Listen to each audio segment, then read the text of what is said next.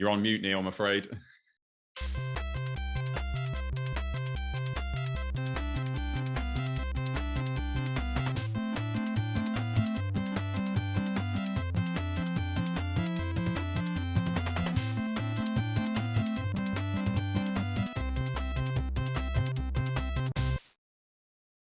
So welcome to Thinking Deeply About Primary Education, the podcast that makes time and space to really think about pedagogy, teaching and learning, professional development, anything of interest to time-poor but enthusiasm-rich primary teachers.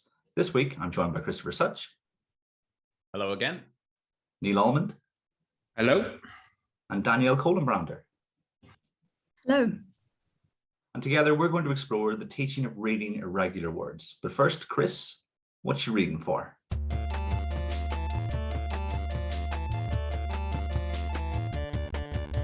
Hey, what you reading for?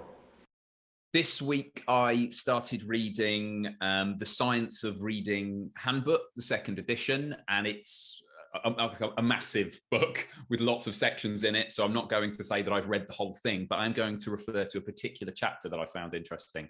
Kathleen Russell's chapter on morphological processing, I think it's chapter 5 maybe, was really, really interesting. For someone who's coming to the study of morphology as a relative novice, it was really welcoming, but it was still dug into the role of morphology, dare I say, from what she says, the underexplored role of morphology in word identification, and particularly the way that this mediates the relationship between our understanding of orthography and the meaning that we take when we read. So yeah, highly recommend The Science of Reading Handbook if you're interested in reading research, but in particular, this chapter is, really interesting.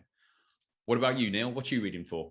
So I'm reading a paper that was referenced quite heavily in the paper we'll be discussing momentarily, which is Dyson, Best, Solity and Hulme's paper about training mispronunciation correction and word meanings to improve children's ability to learn to read words.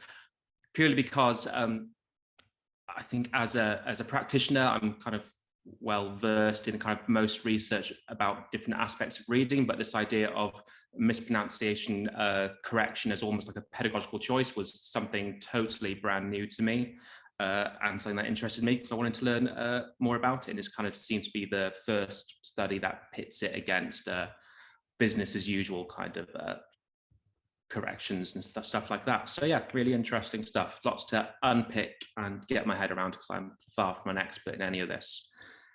Kieran, what are you reading for?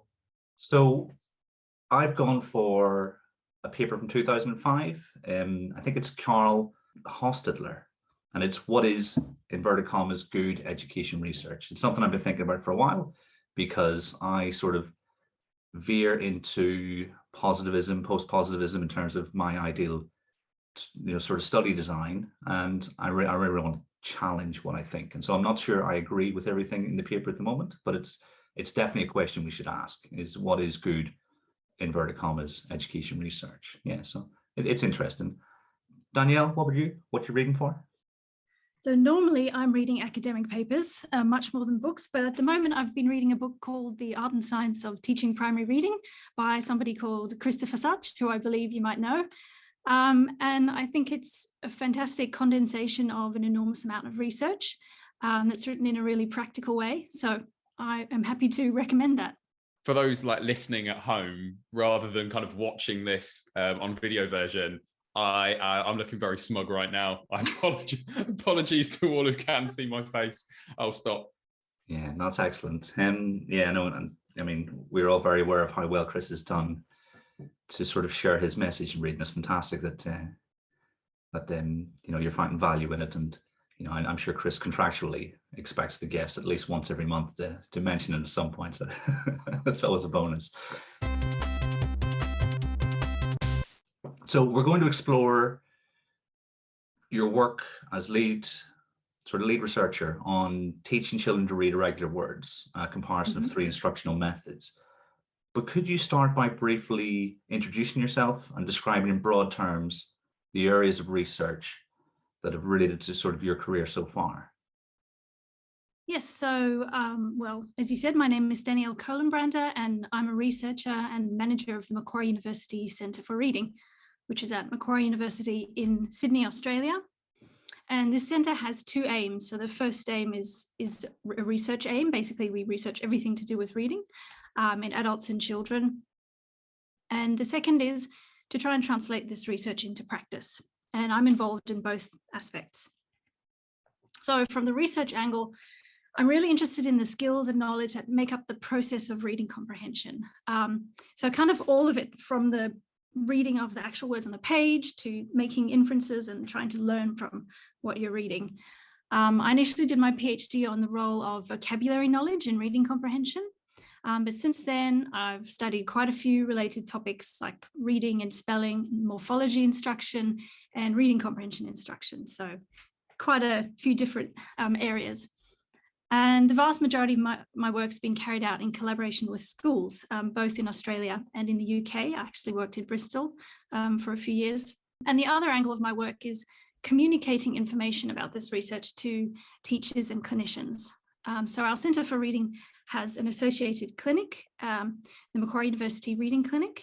And in that clinic, we provide help for people with reading and spelling difficulties, and we also provide professional development for teachers and clinicians. So that's one of the things that I do. I run professional learning workshops for teachers and speech therapists and other people who might work in the area of reading. And more recently, we've also been working more directly with schools who come to us and say, we want to change something about the way we teach reading. And so, I mean, I really love that because I think that there's a nice feedback loop between the research that's happening in the centre and practical stuff that's happening on the ground. And I find the teachers are always raising questions that I would never have thought of myself and making me look at the research very differently.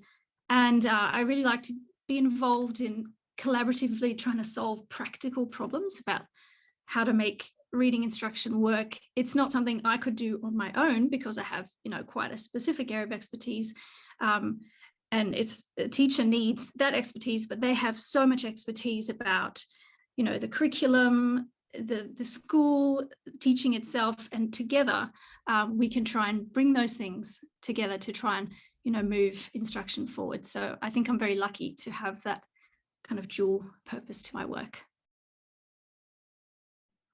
I think that whenever I read the paper we're going to talk about today, it really came across that almost every sentence was something that a teacher could either relate to or understand in a way that they could utilize it, because sometimes papers will be intentionally opaque because they maybe, I don't know if it's unfair, but they don't necessarily have anything of value for the classroom.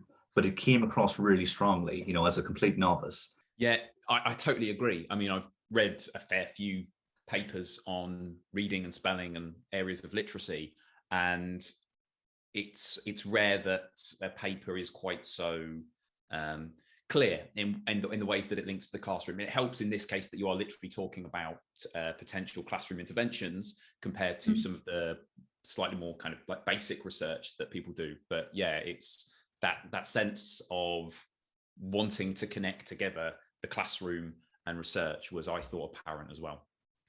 Oh, that's wonderful to hear. That's what I was aiming for, but one's never sure if that's what you've actually managed to do.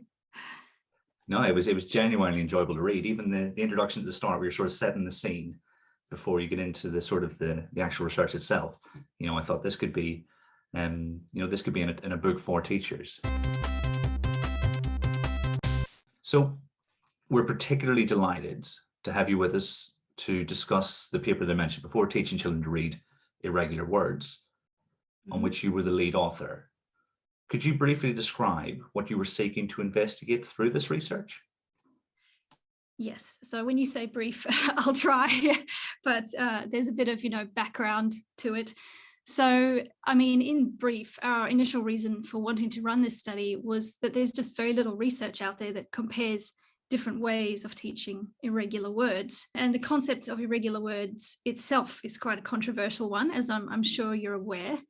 And there's sort of two different extreme viewpoints. And when I say extreme, I'm not saying there's any particular person that says this, but I think it's just clearer to set out the two extremes. The one is that, English is just a really hard language to learn, and it's so irregular that there's no point trying to teach regularities.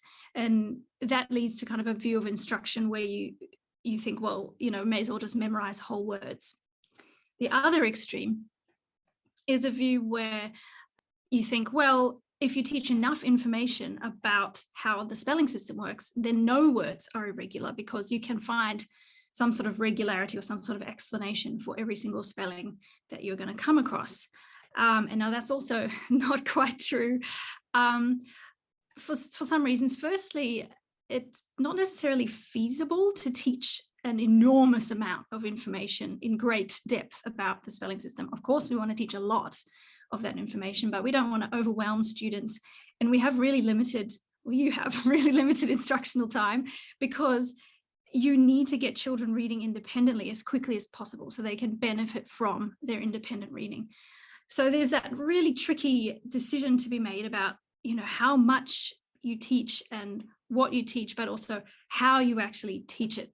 And there's just very little research on that. So most of what you'll hear comes from theories about how reading works, or studies of the nature of the spelling system. But in terms of actual studies in schools looking at what actually is working, there's very, very, very few studies out there. So that's why we wanted to run this study. There's so many questions we could have asked, but we had to start somewhere. So we thought, why don't we start with what a lot of people are doing now, which in Australia, it's different to the UK because phonics is not mandated. It's part of the curriculum now, but there's still a lot of variability in terms of whether it's taught and how it's taught. So there's still there's a lot of sight word instruction that goes on. And we thought, well, we need to see if that's doing something maybe. And then the other thing we were interested in looking at is this concept of mispronunciation correction that you raised before, I think, Neil. So what this means is, it's when you decode a word. So say the word is yacht, you decode it and you come up with something like yatched. So it's not like you get nothing from trying to decode it. You get something, you get a spelling pronunciation. And then if you have some information from context, say the sentence is about sailing, then you might go, yatched. Oh, yacht. Okay, that's the word. Or maybe you don't even need the context from the sentence. Maybe you just go, yatched. Okay, but that's not a real word, but the word yacht is the closest I can get. So maybe that's the one. That's mispronunciation correction. And that's something that good readers will do automatically. And they'll do it for even very regular words as well. But it could be potentially powerful as an instructional tool for irregular words, because it's quite compatible with phonics, because it starts with decoding, and because it could potentially be a strategy that students can apply to words that they've never seen before. So not just a way to teach the written forms of a word, but also a way to get them to be able to learn those words from their own independent reading. So that, we really wanted to contrast that to sight word methods. And we're also really interested in trying to break things down into their key ingredients, because if you've read any of the studies that do exist using mispronunciation correction, they throw everything at it. So, they've got that core mispronunciation correction stuff, but there's a whole lot of other stuff going on, vocabulary instruction and all sorts of other things. Maybe that's necessary, maybe that's essential, but we actually don't know. And that's really important, because coming back to this idea of limited instructional time, do we have to do all these things to get those results, or can we get the same results with something different? So, this is a starting point for a program of research, really. But what we wanted to do at this stage was break the instruction down into its key elements and then compare these different methods of instruction. And we tried to make sure that it was a fair test of the different methods. So we tried to make sure that instruction time was equal across different conditions, that children saw the written forms of the words for the same amount of time, and also that across groups, they were equivalent on things like their existing knowledge of letter sound correspondences and their vocabulary knowledge and their word reading abilities. And so we delivered the training to kindergarten students. So that's the first year of formal schooling in Australia. in their schools in their third term of instruction.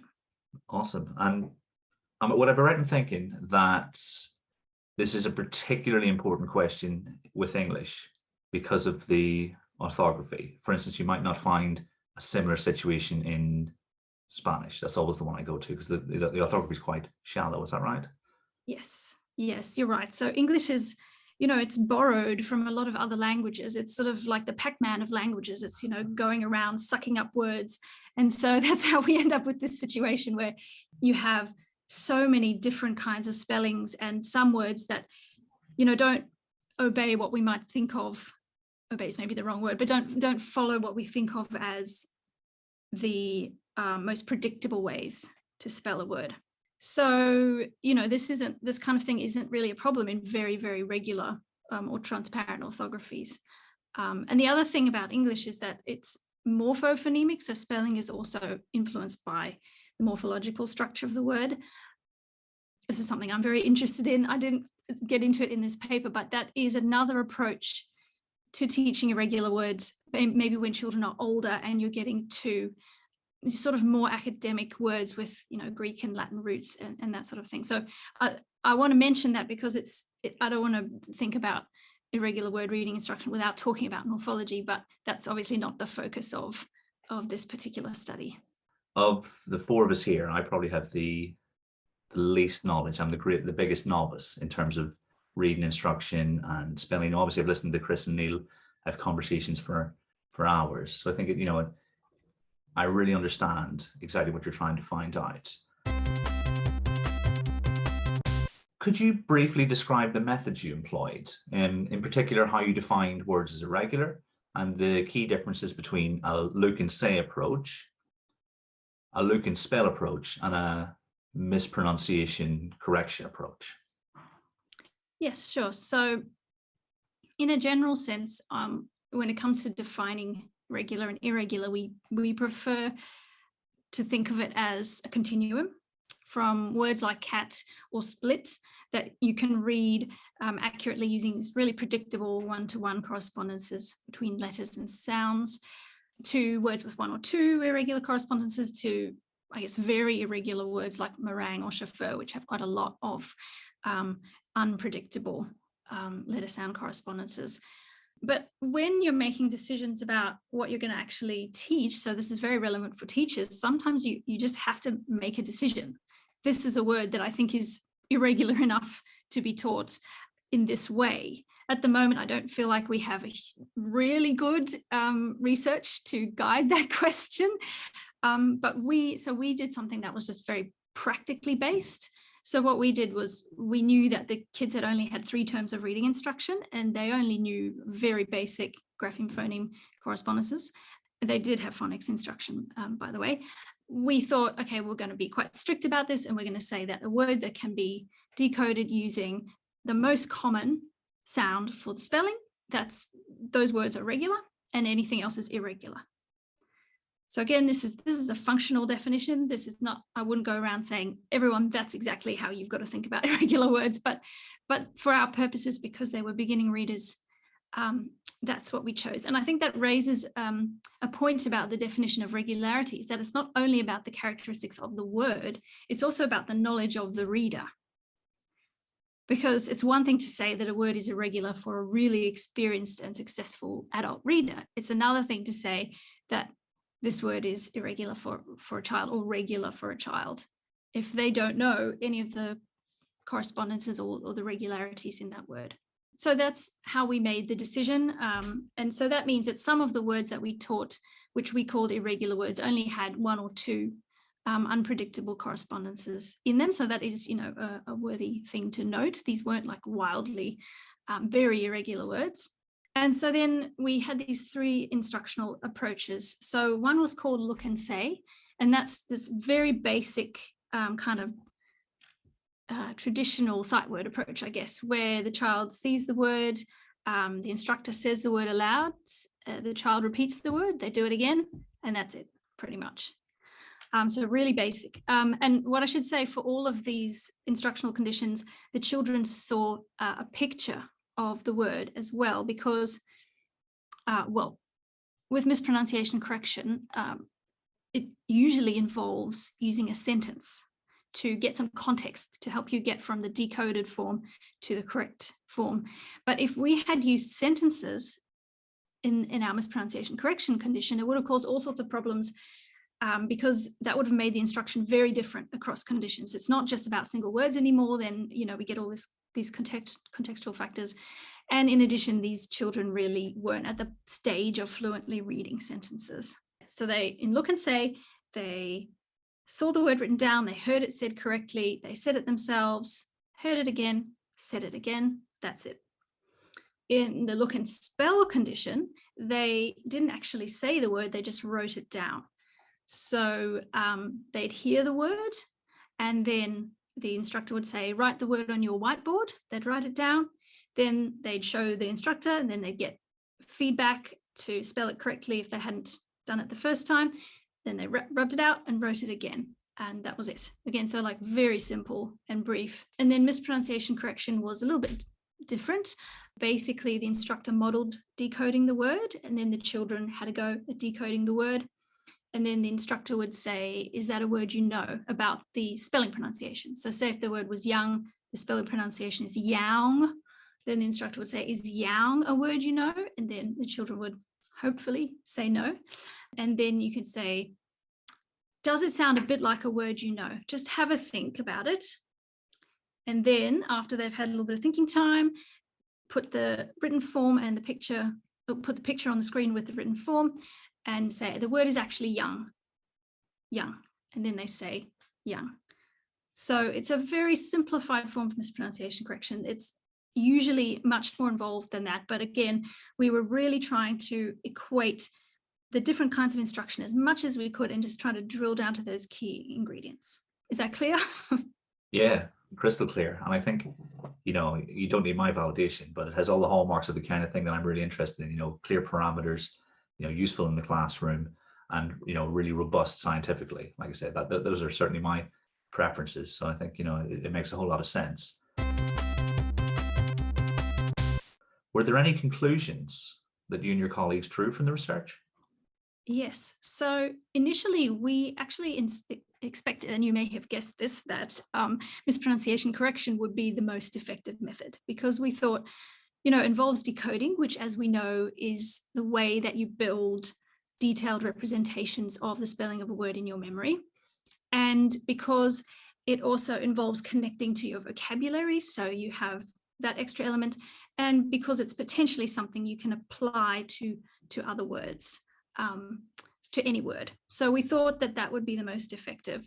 And then we thought the next most effective would be Look and Spell, because there's evidence to show that spelling a word, writing a word is actually a really useful way of teaching the spelling of it. And then we expected Look and Say would be the least effective. And then we also actually had a control group that didn't receive any other training. They just went to class as usual. So they actually hadn't seen the written forms of the words. And we found that all three training methods were better than not seeing the written forms at all, which is, not that surprising.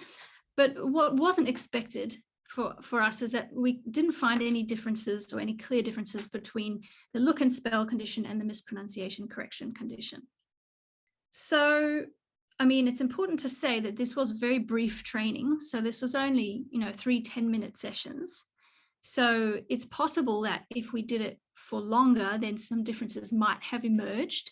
So maybe, for example, would have given children more time to get used to the idea of using a strategy, that they may have been able to apply better to other words. But in this short period of training, we didn't see any differences between those two conditions. And so what we can conclude from that is that it's really, really, really important for children to process the details of a word's written form when they're learning it.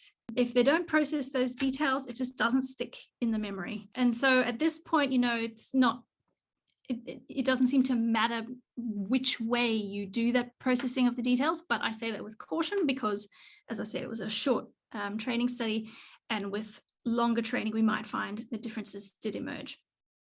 But it's really, really clear that you need to have this processing of the details of a word in order to learn it well. Yeah, as you were speaking there, I've been through that process of working out what a word is as I'm writing it, and it's only at the point of writing that I can feel that sensation from my own school or time at school. And yeah, that's fascinating. And the other thing that you might recognize about mispronunciation correction is, how do you spell the word Wednesday? Because I still sometimes say Wednesday in my head. And so we do that. As successful readers and spellers, we do that. It helps us to remember, the details of the spelling of the word. Yeah, I absolutely still do that. Yeah, 35 years I've been writing that word, and every single day. Especially for environment, government, and all of those ones. Yes.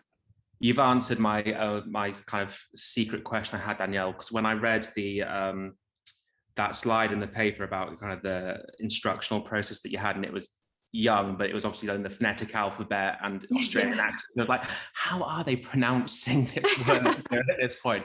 So you've put to bed a kind of a big debate that Chris and I have had, and I really kind of agree with what you're saying. What I'm hearing kind of really mirrors up with kind of Erie's idea of orthographic mapping and this idea of how much spelling helps with spelling a word, which is why perhaps when I, having not known anything about mispronunciation correction before reading this paper, my money kind of was probably on look and spell actually probably being as effective because of that kind of link there to that idea, spelling words helps to orthographically map them, so we can kind of it can be part of our sight word lexicon. So what's really interesting to me is at the end of the paper you write, and I'm reading this bit to quote it, it would also be interesting to determine whether a combination of decoding, matching decoded forms to correct spoken forms, and spelling would be more effective than either MPC or spell alone for orthographic learning. So if we were to kind of do a little thought experiment, if you were to predict how this instructional method would compare against the other approaches that you've studied, what do you think you'd see? So I would predict that you'd see more learning with a combined approach than you would with either the approaches individually. I think they would complement each other. Of course, I'm just guessing, that's something that needs to be tested. But in terms of making decisions about instruction, I really don't think that there's any drawback to combining the two, because the spelling does, especially with very young children, add a little bit of instructional time. But I quite strongly suspect that if you combine those two, then you would get better learning. But it's something that I'd love to test at some point. I just have not been able to yet. Earlier on, you talked about, in particular, the idea of regular and irregular words not really existing in a dichotomy as such, except for the functional purposes of this paper, which is something that you need to do. But in kind of reality, it's perhaps more productive to think of words as existing on a continuum where we have extremely irregular words and extremely regular words at each extreme, and then there's a kind of a continuum between them. I wondered, do you think that this understanding of, or this way of thinking about regularity of spelling, do you think that this is something that's commonly understood and used within research? And from your experience, something that's understood by educators as well? Or do you think that this regular-irregular dichotomy actually holds in people's kind of understanding at the moment? So I think that within the research literature, that view of regularity as a continuum is becoming more and more accepted and widespread. I'm less sure about views in the education community, and it's hard for me to generalize because I only have, the schools that I've been working with. But I think that it's quite difficult for people to think about dichotomies in general. I think that's a challenge. We naturally want to divide things into categories, particularly if we have to make decisions about members of, words that are on points on a continuum. Sometimes it's a lot easier to think of it as a dichotomy. So I think it's quite likely that it would have sticking power as a concept over time, and that it might be hard for people to move away from that and think about irregular words as being, irregularities being a continuum. But I think when we look at something like mispronunciation correction, or even think about just spelling a word, not necessarily in a look and spell kind of context, but just writing a word, you can do those things with any word. You can do those things with regular words and irregular words. And so if you're thinking about, if the type of instruction that you're wanting to use doesn't really require that sort of dichotomous thinking, then it's easier to move away from that view. I think ultimately the most important thing is trying to get those really, really precise and detailed representations of words in our memory. Ultimately, you have to go through the process of working out the details of a word, whether it's regular or irregular, to get it to stick in your head. And if people don't go through that detailed process of decoding, of writing the word, if they just guess, or if they just skim over words, then what they've got in their minds are these fuzzy representations. And then when they see them and they're trying to read a piece of meaningful text, or even harder when they're trying to spell, then everything is going to be much, much, much more slow. And that's going to cause everything higher up in the chain to be affected. So when you're reading, if you have this really slow, or not slow, if you have this really fuzzy idea of a word, then it's harder to process the word meaning, and it's harder to process sentence meaning, and it's harder to draw conclusions and learn from what you read. And if you really struggle to spell a word, maybe you'll go, oh, I don't know that word. I'm going to use a word that's spelled more simply. That affects your writing, that affects how clearly you can express your ideas. So I've completely veered from the point, but I guess what I'm saying is that for all words, regular, irregular, partially irregular, what you have to do is go through that laborious process of learning the details, breaking the word down so that you can build these really detailed and tightly connected representations that you can activate automatically and effortlessly. So you mentioned earlier on, we kind of some of the words that you use for your irregular words kind of had to be nouns, so that you could show a picture of it as part of the instructional element of that. Do you think there would have been a massive difference had you could use words that more like kind of signaling words, like your determiners and articles and things like that, because those words tend to be quite smaller than some kind of these nouns that you might have had to find that fulfilled your idea of irregular words, and kind of thinking at this young age, perhaps word length might have had an impact. What do you think? Yes, so word length could certainly have an impact.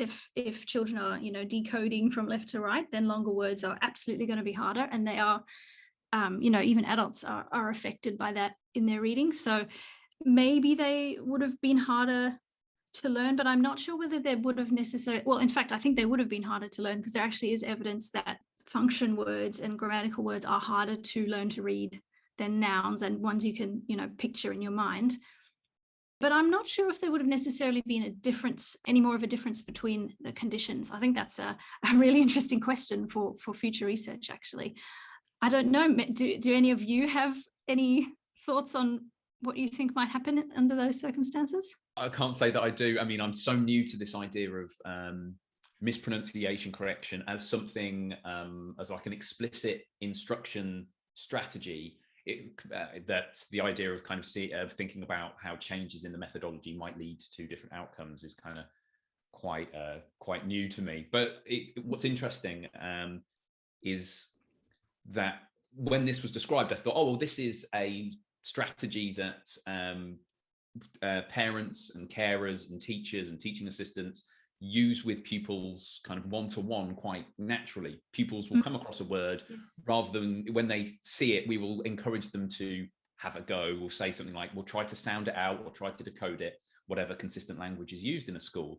And then once they've had a go at it, the parent, teacher, teaching assistant, whoever it might be, will then say, oh, okay, no, actually, this is how we sound it out. So there's a slight difference there, though I guess in certain circumstances, a teacher, teaching assistant, whoever it might be, might say, okay, you've sounded it out, can you connect this? And the thing this reminded me of, and I wondered whether I could, ask you about this, it reminded me a little bit of comprehension strategies, in that I felt that there was a sense that this might be, once children had got used to the idea that this was something that they could do and that they actively needed to do to benefit their understanding, that it wouldn't necessarily need to be something that was like a skill that needed to be taught over and over and over, but actually like a habit that we want children to have inculcated.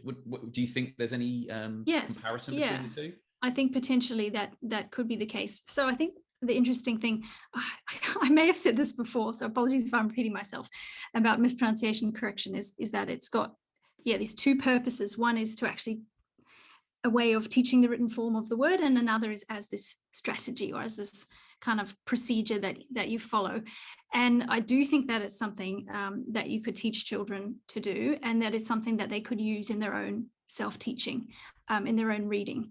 And I think one thing that maybe people don't always spontaneously do is to actually emphasize these spelling pronunciations, like Wednesday or government or something like that. You don't want to emphasize them too much because you don't want that to be the only thing that the child learns. But there is a little bit of research out there to show that actually, explicitly saying those spelling pronunciations after decoding, that can help in itself. So, sometimes if the child's decoding it and they're part of the way there, but, their decoding actually isn't correct, then that's something you'd want to correct to the spelling pronunciation, and then you'd want to say, so is this a word you know, or is there a word that you think would fit? So I think actually that the spelling pronunciation in some cases can be quite a powerful sort of mnemonic for how to spell the word. When I read this paper, something that jumped out at me was I guess the word I would say is like opportunities for certain people to intentionally read it and misinterpret elements of it to forward a different agenda. Because what you've described quite precisely there is the strategy for working out an unfamiliar word that could be useful for pupils moving forward in their independent reading. Something we know that pupils do. We know that if they come across an unfamiliar word, we want them to decode it, and then if they don't recognize it, they will need to use context on some level to kind of get to the correct pronunciation, and that could link with this idea of self-teaching. But as soon as I saw in the research kind of a mention of, and I understand exactly why it was done for research purposes, when you mention kind of pictures in there and the idea of context, I immediately imagine whole language or balanced literacy advocates seeing that and intentionally misinterpreting it to say, look, when this shows that when children encounter words, that decoding is just one of several strategies. I know that's not what this paper is saying, but do you have any worry in the back of your mind that it might be intentionally misinterpreted?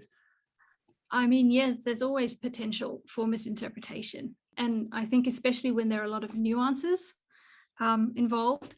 But, my comeback to that would always be, but mispronunciation correction starts with decoding. It's a fundamental part of mispronunciation correction. It doesn't happen unless you have the decoding.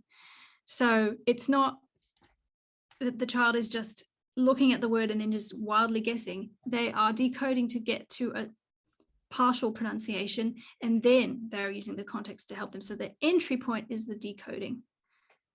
So that would be kind of my response to a person who was trying to use that argument. But I think there are a couple of other issues that raises, and it's sort of a very common misunderstanding of context, kind of thinking of context as a monolithic thing that applies to all aspects of learning to read. But it plays a very different role in learning to read words compared to learning meanings. So what that means is there's actually research to show that when children are learning to read words, they actually learn better when they see the words in isolation than when they see them in sentence contexts. And that's different from when a competent reader is reading a text. Then they do sometimes make use of contextual information to help them read. But what a competent reader doesn't actually tell us anything about how we should teach a child to read for the first time when they've never learned to read before. So there's those kind of two important distinctions actually between the role of context in learning to read a word and the role of context in learning meaning, because context is important for learning meaning and can be helpful when learning the meanings of new words sometimes. And also the distinction between how beginning readers would use context and how adult successful readers would use context. And I also think that, if you think about these children who have only been reading for 3 terms, Well, context isn't very helpful for them because, they're still going through quite laborious processes of reading individual words. So context is like looking at context is not a particularly good strategy when they're very young, but as they get better at, they know more letter sound correspondences, and they're building up their bank of known words in memory, then it can become a tool that they can take advantage of. So hopefully that answers the question. It does indeed. That being the case, do you think that a possible avenue for future research might be the timing of the kind of teaching of mispronunciation correction as a strategy? Because naturally it might achieve different things at different times and be more efficient to be introduced at different stages of pupils' orthographic development.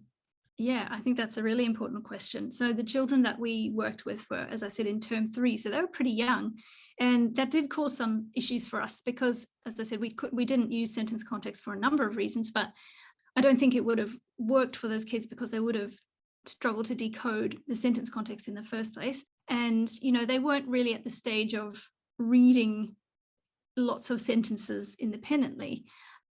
So, the process of decoding and getting to a spelling, pronunciation, and retrieving the word, that was really operating at a single word level.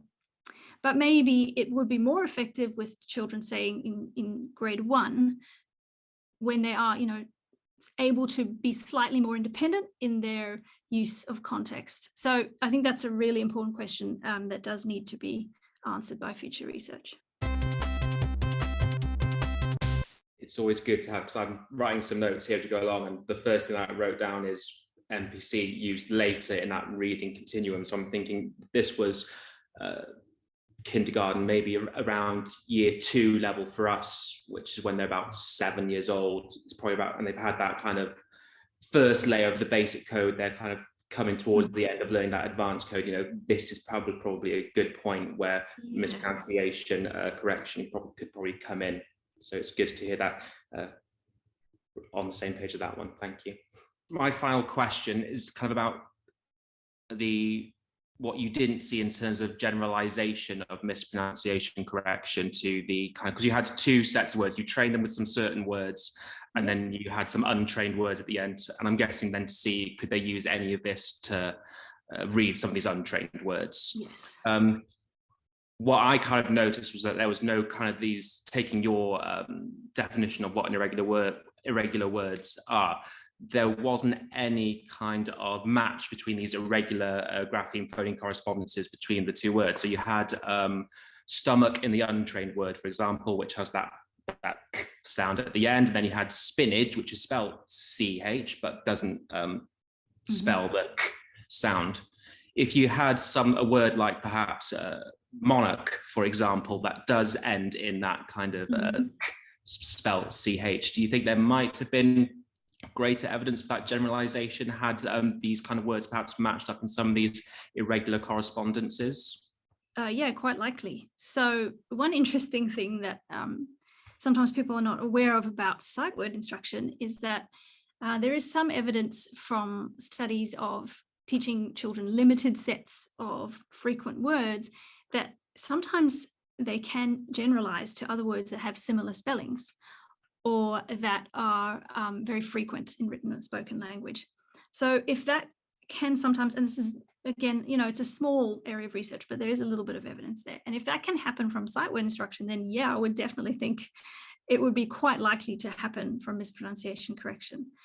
So the reason we chose those particular words is because we had to match them on a whole lot of characteristics like their length and how imageable they were and their frequency and things like that. But yeah, I think that would be quite likely, and again something that really should be tested because that has implications for instruction, obviously, for the kinds of words that you would teach together. So there's just one more thing I wanted to say actually about sight word instruction, because you might come away from what I've said thinking, I don't think that there's any place at all for sight word instruction, but that's not true. And that maybe is a controversial opinion because in general, people tend to be very against sight word instruction as something that could, cause children to unlearn what they've learned in terms of their grapheme phoneme correspondences. And certainly I would never recommend it as something to do at the very, very beginning of instruction. I wouldn't recommend it as something to do a lot of. But for some of those function words that are extremely frequent, sometimes there might be an argument for teaching those using a sight word method to get access to a broader range of text independently. So from the perspective that if you're going to start with mispronunciation correction a little bit later, but you don't want to hold back children from being able to access certain types of text, maybe you might want to teach some of those function words. Very, very limited set. And, I would say you could certainly decode them first and then, write them down. You just wouldn't have to do the mispronunciation correction part necessarily. But I do think that there could be a place for that. And I actually think that that's something we don't really know yet. And that comes back to kind of what you were saying before about what timing, where do you fit these different aspects in? And I think there's also a question about what kind of words are suited to what kind of instruction, which comes back to your question about the function words versus the nouns. So there are lots and lots and lots of questions still to be answered about this. And because I'm a researcher, I step back from it and I say, well, maybe I try not to rule things out. But if, obviously, if there's a really good reason to, I would. So I think that's still an open question, whether there might be a place for sight words, always bearing in mind that decoding is essential, teaching letter sound correspondences is absolutely essential. And that's the tool we have for teaching ourselves words. And so that is always central. So maybe that's slightly controversial, but I felt that I needed to say that. I don't think it's that controversial, at least from a kind of UK or England perspective. Most like phonics programs will have some element of, there's a recognition that if you are teaching the most common grapheme phoneme correspondences and we want children to begin engaging with texts, that they'll need to recognize the and and as a bad example, because the or they or we, or ones that contain correspondences that they won't have been taught yet. Where some of the disagreement comes in is how they might be taught. So for example, what you've said there about them initially being introduced through some kind of decoding, or initially introduced even through asking them to be spelled, is something that I think would be accepted across most of the English education system. There are some, I think, who understandably try and generalize into from other things they know to say that all forms of sight word recognition are definitely going to be damaging. But yeah, from the limited or comparatively limited knowledge of the research that I have, it does seem to be the case that there's no solid basis for us to say that we should completely rule out the teaching of any sight words to begin with. And that's something that we may learn from research in the future. Yeah. Before Kieran kind of does his thing, can I just say how hugely grateful I am for you to have come on the Kieran's podcast. I've absolutely loved this. So thank you so much for sharing your expertise so generously. That's a pleasure. It's what I love to do. And thank you for inviting me, because it's one of the favorite parts of my job is trying to make this stuff comprehensible to people who aren't immersed in it 24/7. So thank you. Yeah, and I'll just share Christopher's sentiment. Thank you very much. This is the most nervous I've ever been. It's like, oh my gosh, I'm a real life reading researcher. Like, don't say anything to totally embarrass myself. And I don't think I have. So thank you very much. No, you definitely haven't. And I'm not very scary. Yeah, usually my editing process is me chopping out hours of what these guys have said, but they've been very well behaved today. I'm trying to think, how can I get Danielle back in future? Well, I'd be happy to come back. And if you want to talk about something like morphology or something like that, or vocabulary, that's also stuff that I'm really interested in. So yeah, 100%. I mean, I know, Chris, you've been reading about morphology very recently, haven't you? The very beginnings of it. Like I say, the chapter from that book, a book called An Introduction to Morphology by, I think, Danielle McCarthy, I think, which was really interesting as well. But it's an area that I know very little about and would love to learn more about from you. And there's a lot to learn. I mean, I did linguistics in my undergraduate degree, and then I trained as a speech therapist, and then I started to learn about morphology. So it's not a simple topic, but it can be. I think it can be broken down and it can be taught. So who picks up your research going forward? You know, because you said, okay, there's a case for a longitudinal study here. Will it be yourself, or are you moving on to a different sort of focus? Well, I have never had a permanent job. I have always been on short-term contracts, and so I don't know next year exactly what my job will be. What usually happens is, you know, I pick up various different pieces of work. As much as I wish I could say, yes, next year I'm going to have a few $100,000 and I can run the study, I'm not sure, but hopefully if everything goes well, I will be able to. We actually wanted to try and collect some more data this year, but it was just impossible because you know, we couldn't go into schools. It wasn't fair on the teachers to be coming in when they're trying to deal with the chaos of everything to then say, hey, why don't you do a research study? But maybe next year, hopefully. Awesome. Well, it's been an absolute pleasure today. Thank you so much for joining us. I think all that's left to do is to say thank you very much, Danielle. Thank you. It was wonderful to be here. Thank you, Chris. Thanks again for having me, Kieran. Thank you, Neil. Thank you very much, everyone. Really enjoyed that. And to everyone at home, until next time, thanks for listening.